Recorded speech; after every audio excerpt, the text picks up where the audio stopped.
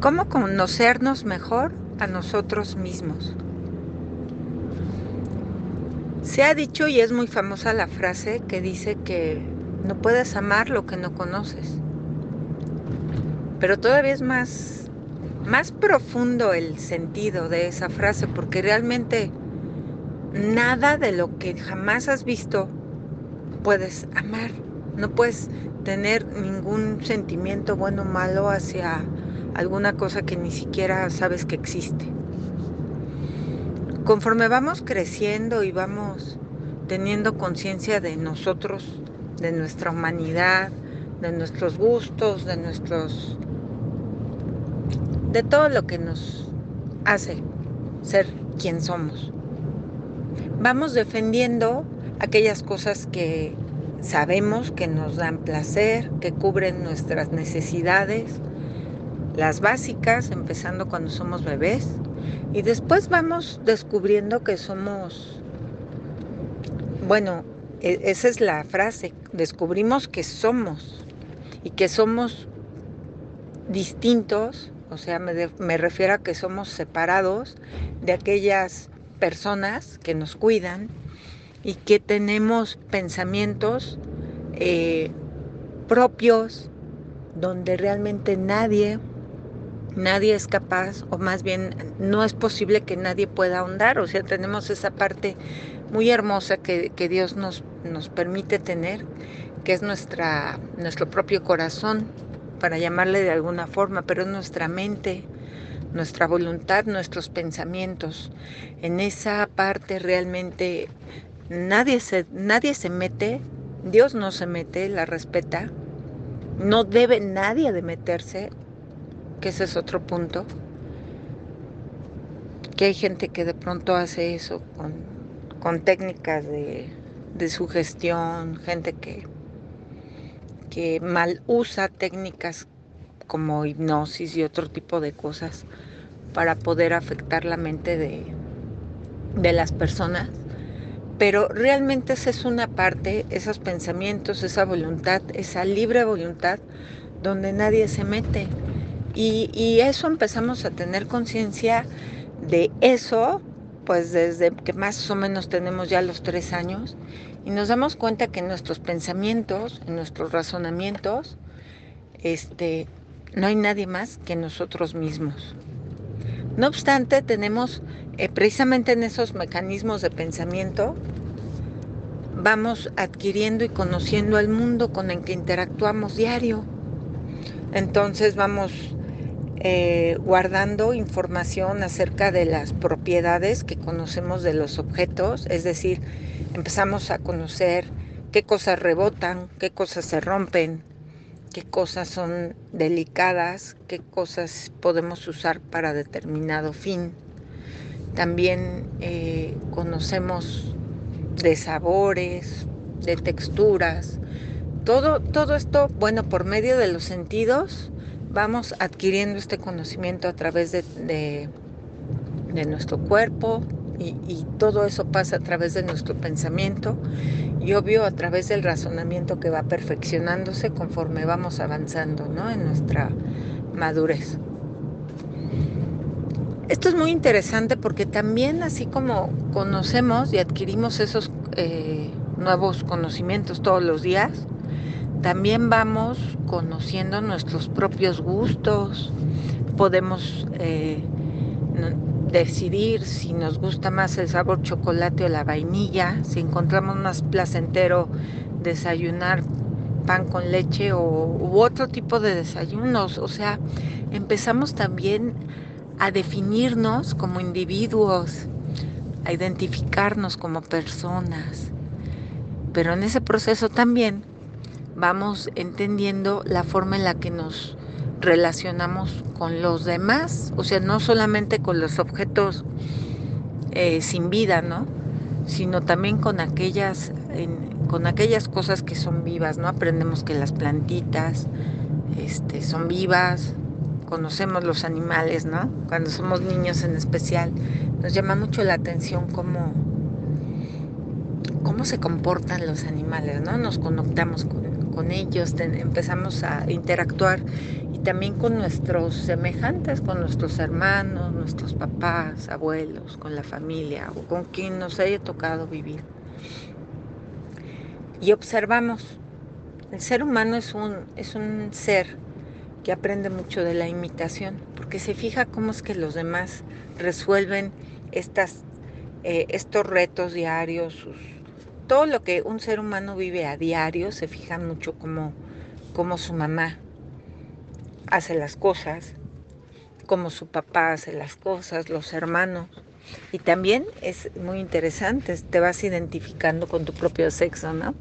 Por eso, y de eso deben de saberlo también ustedes, que el niño, por ejemplo, empieza a copiar, ¿no?, al papá. O también a la mamá, ¿no?, que se ponen los zapatos de papá o mamá.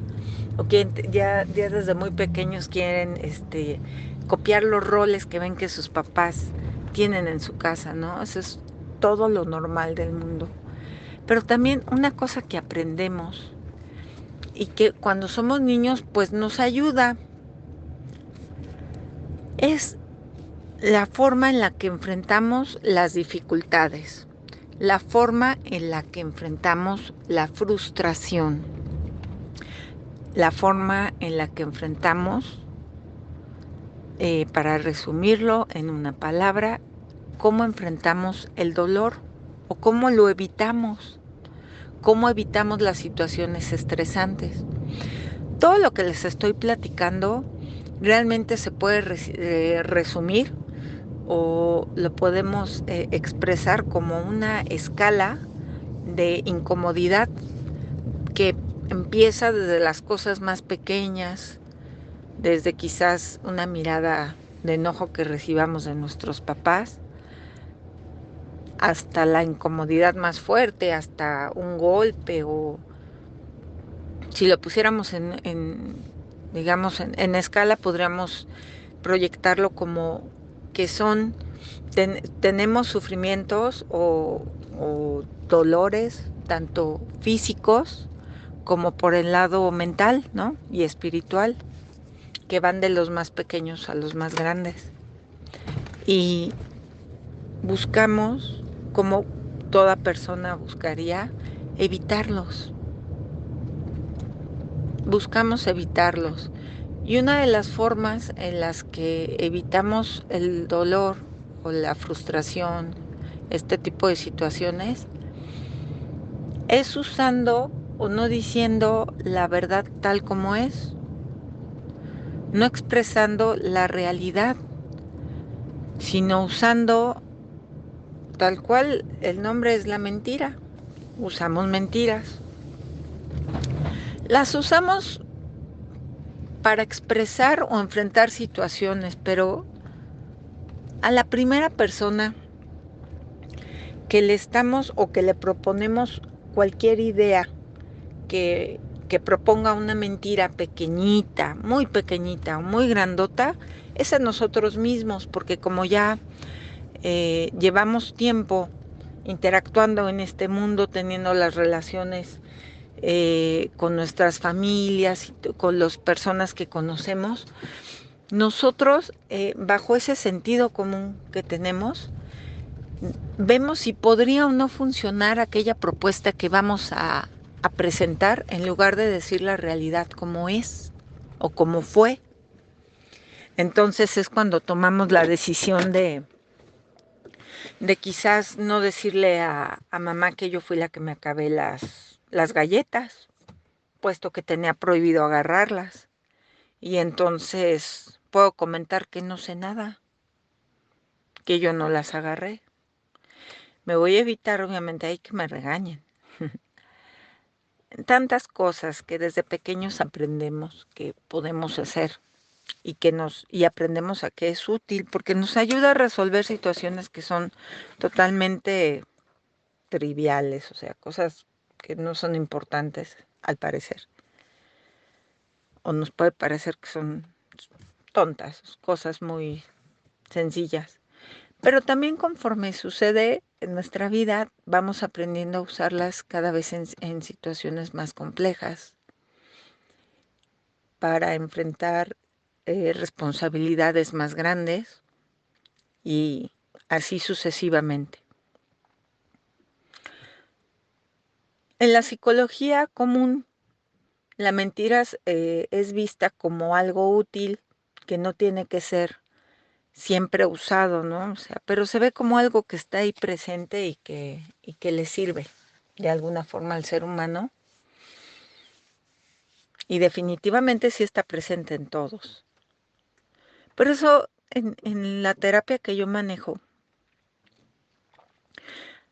se presenta un modelo en donde definitivamente los primeros pasos, que son los más importantes, es el aprender a discernir correctamente qué cosas realmente son, qué cosas podemos llegar a conocer completamente en su total realidad y dimensión, y qué cosas podrían caer en el aspecto de ser opinables. La realidad actual confunde a todas las personas presentando la opción famosa, es una opción que les dan, de que la verdad no es, que hay verdades, o más bien que no hay verdad absoluta, que todo es opinable o que cada quien puede tener su verdad. Y no hay mentira más grande que esa.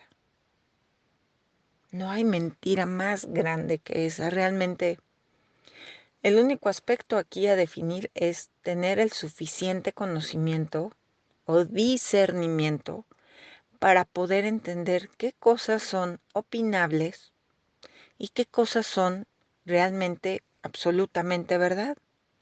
Les voy a poner un ejemplo. El que una niña tenga cabello, una tenga cabello café y la otra lo tenga rubio, es opinable, por ejemplo, que yo pueda decir, bueno, a mí me gusta mucho el cabello castaño, me gusta. Es opinable. Lo que no es opinable es de que el cabello sea cabello.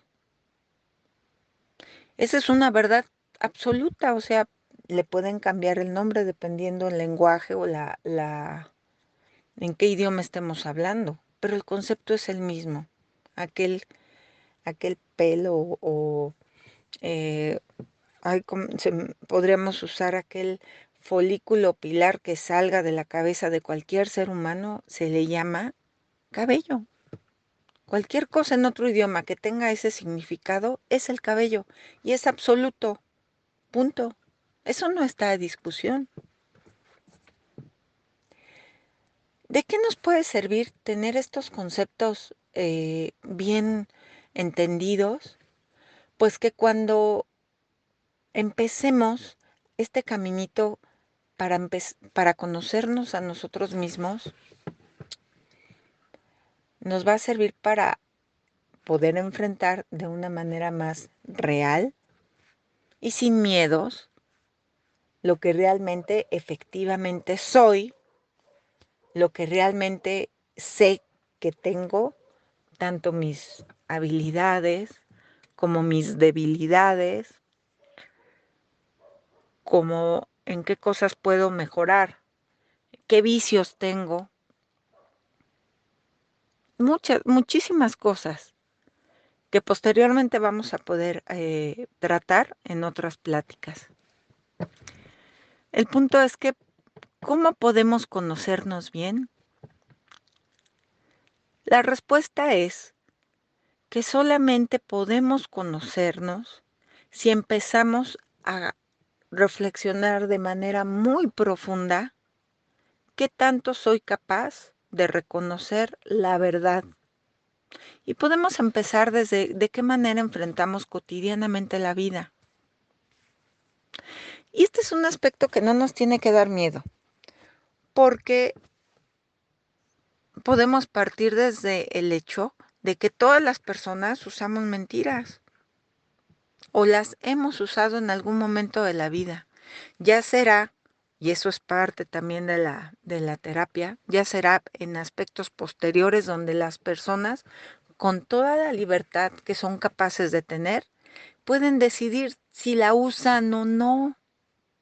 Pero aquí lo más importante el primer, el primer paso que estamos buscando tener claro es que a nosotros mismos, a nosotros mismos, nos podamos hablar desde la más completa seguridad de decirnos la verdad, desde el diálogo más sincero, desde el más, de cómo llamarlo, desnudo, donde no nos dé miedo poder vernos como somos, porque realmente no nos va a ver nadie más.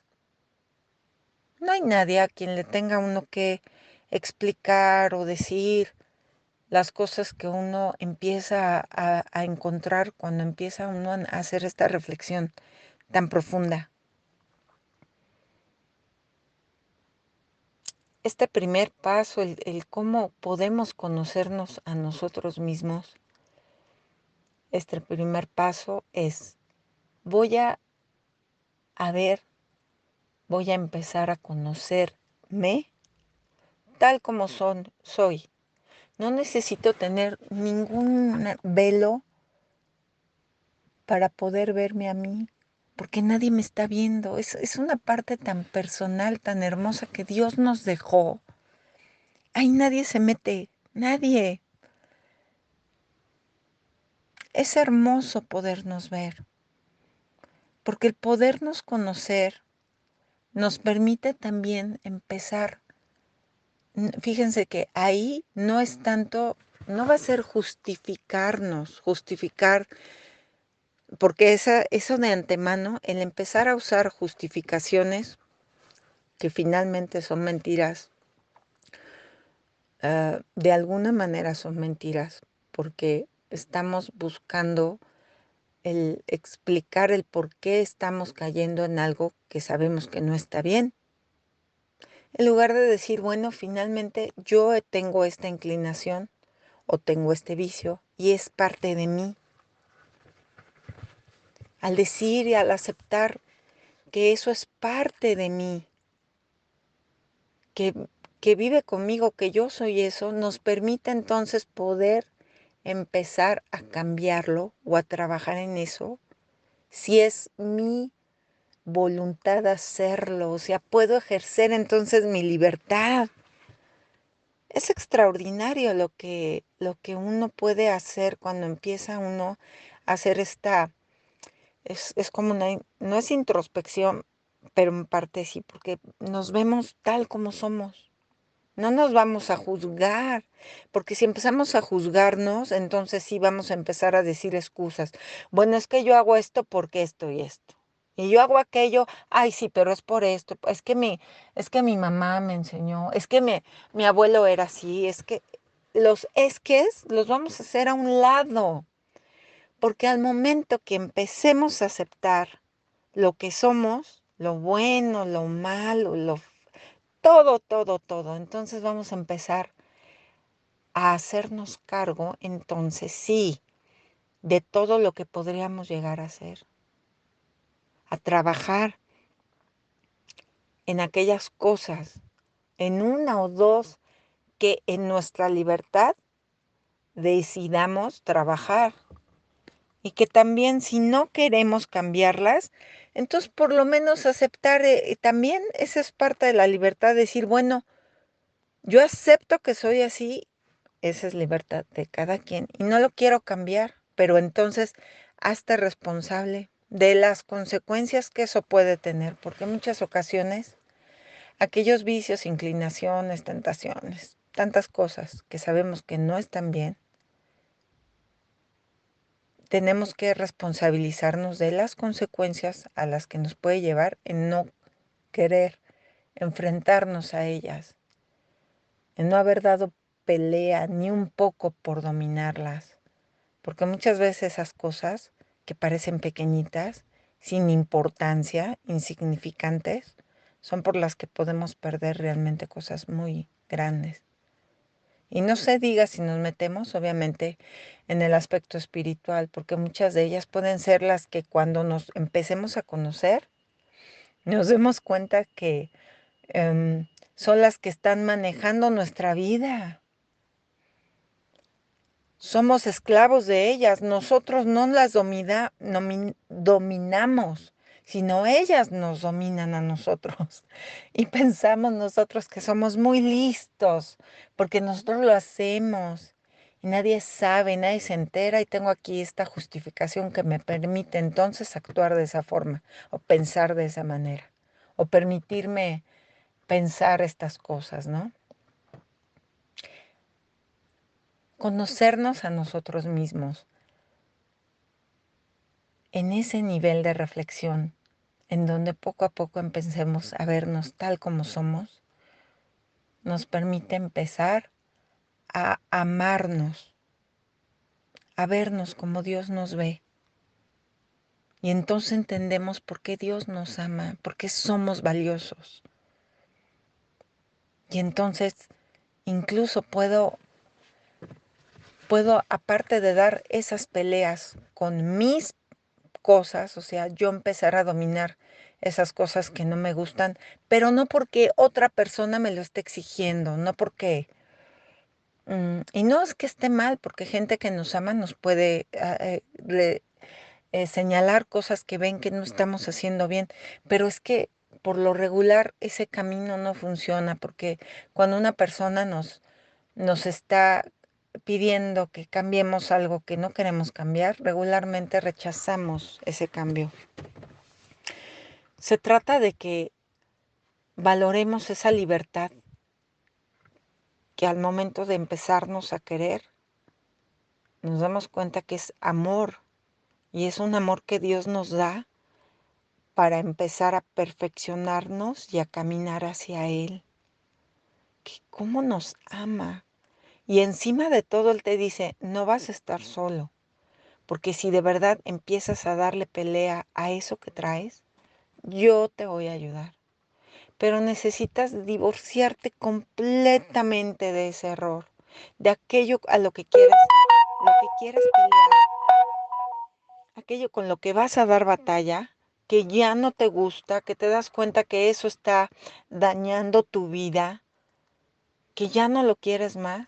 Dios se da cuenta, o sea, Dios sabe, a Dios, o sea, nosotros a nosotros mismos podemos inventarnos mil excusas y decir que sí estamos dando el 100% en esa batalla, pero Él sabe cuando no lo estamos haciendo, o cuando no estamos de corazón realmente queriendo dejar ese vicio o ese defecto.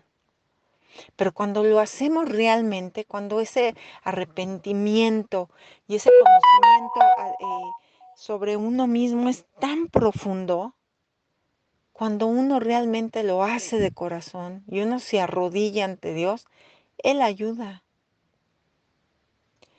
Y hay algo aquí también extraordinario que se da en este proceso, cuando uno empieza a caminar por ahí. Y es que ya empiezas a encontrar el amor en el verdadero amor, que es Él. Ya no vas a mendigar amor humano, que no es malo. O sea, nosotros, entre nosotros mismos, nos podemos dar mucho amor, pero siempre va a ser imperfecto. Y eso también vamos a poder entender la gran diferencia que hay entre el amor que yo le pido al otro, ya sea a mi hijo, a mi papá, que al novio, que al esposo, que a la esposa. Exigimos todos entre todos nos exigimos un amor, y por lo regular pedimos amores muy perfectos, pero tampoco podemos darlos. Pero no se trata que por eso entonces ya no hay que esforzarnos, ni tratar de ser mejores personas, ni ser mejor hijos, ni ser mejores papás, ni querer darle amor a nuestros prójimos. No, al contrario, el asunto aquí es que entre más cerca estés del perfecto amor, que es Dios, vas a estar pegadito al banco del amor. Entonces vas a dejar que el amor actúe a través de ti. Si tú de antemano pensabas que eras muy bueno con los demás y que tenías una capacidad de compartir el amor con tu familia, bueno, pues ahora la vas a tener más, porque vas a tener mayor tolerancia, mayor paciencia, mayor empatía, porque como ya te conociste a ti y estás en ese proceso, conoces la naturaleza humana, vas a tener una capacidad más profunda para poder entonces ver con ese amor, con esos ojos que Dios nos ve, llenos de amor, donde nos ve como sus criaturitas y te dice, sí, hijo, date cuenta qué tan perfecto yo te hice, lo bien que te hice, cuánto te amo. Y aunque sí efectivamente te ves con todas esas debilidades, con todas esas, pareciera una contradicción, con esas imperfecciones, pero realmente nos hizo, de cierta manera, somos perfectos, pero estamos en camino a llegar al grado máximo de nuestra perfección. Por eso somos capaces de distinguir entre aquellas cosas que elevan nuestro espíritu y también somos capaces de caer en las peores inclinaciones, pecados, todo lo que podemos tener que nos degradan, que en lugar de acercarnos más a Dios, nos rebajan, que es lo que el demonio siempre está buscando, ¿no? De qué manera degradar al ser humano, sí, al ser humano. Cuando entendamos eso, vamos a poder entregar más amor a los demás. Vamos a entender las batallas de cada persona, la ceguera de cada persona. A veces incluso en qué nivel de discernimiento están nuestros prójimos. Y también entender que quizás nosotros nos falta todavía mucho por conocer. Y entonces podemos sentir esa misericordia con la que Dios nos ve. Y podemos ahora sí realmente empezar a amar. Quizás, obviamente, nunca vamos a alcanzar una perfección, pero ya no vamos a amar como antes. No vamos a tener esa listita donde decimos, es que yo hice esto, esto, esto y esto y esto por usted, ¿no? Así como en alguna plática Marino explicaba, ya no vamos a estar haciendo ese inventario de todo lo que hemos hecho por alguien para restregárselo en la cara. No, porque cualquier cosa que uno haga teniendo memoria de por qué lo estoy haciendo o esperando pago, eso entonces no se hizo por amor, se hizo esperando recompensa. El amor, el amor es desinteresado y lo empieza uno a sentir. El amor está totalmente vinculado a en qué nivel nos conocemos de verdad y en la verdad a nosotros mismos, porque no podemos dar aquello que no tenemos. No podemos amarnos si no hemos empezado siquiera a conocernos un poquito y a darnos cuenta que somos amor. Jesús le comentó a Luisa Picareta en alguno de los mensajes que le dio, le explicó, le dijo, el ser humano está hecho de puro amor, es un complejo de amor. Y no lo dudo porque esa es nuestra aspiración final, esa es nuestra vocación última, es el amor. Pero entonces habría que reflexionar qué tanto realmente admito y me conozco, me amo. Porque si nunca nos hemos enfrentado siquiera a vernos, ni siquiera a aceptarnos, porque para poder sobrevivir, no vivir esta vida, sino sobrevivir, ni siquiera volteo a ver aquellos defectos que tengo, no admito lo que soy, no veo mis debilidades. Y si las veo, estoy lleno de excusas para poder decir por qué hago esas cosas. No me quiero. Es la verdad. Pidamos siempre al Espíritu Santo, que es quien nos ilumina. Por lo menos sinceramente cada día decir, Señor, permíteme verme como soy, verme como tú me ves. y dame la fuerza para empezar a luchar este camino y acercarme más a ti, porque en la medida que yo acepte y empiece a dar batalla de aquellas cosas con las que puedo pelear, voy a dejar entonces que el amor empiece a actuar en mí. Nos vemos en la siguiente plática.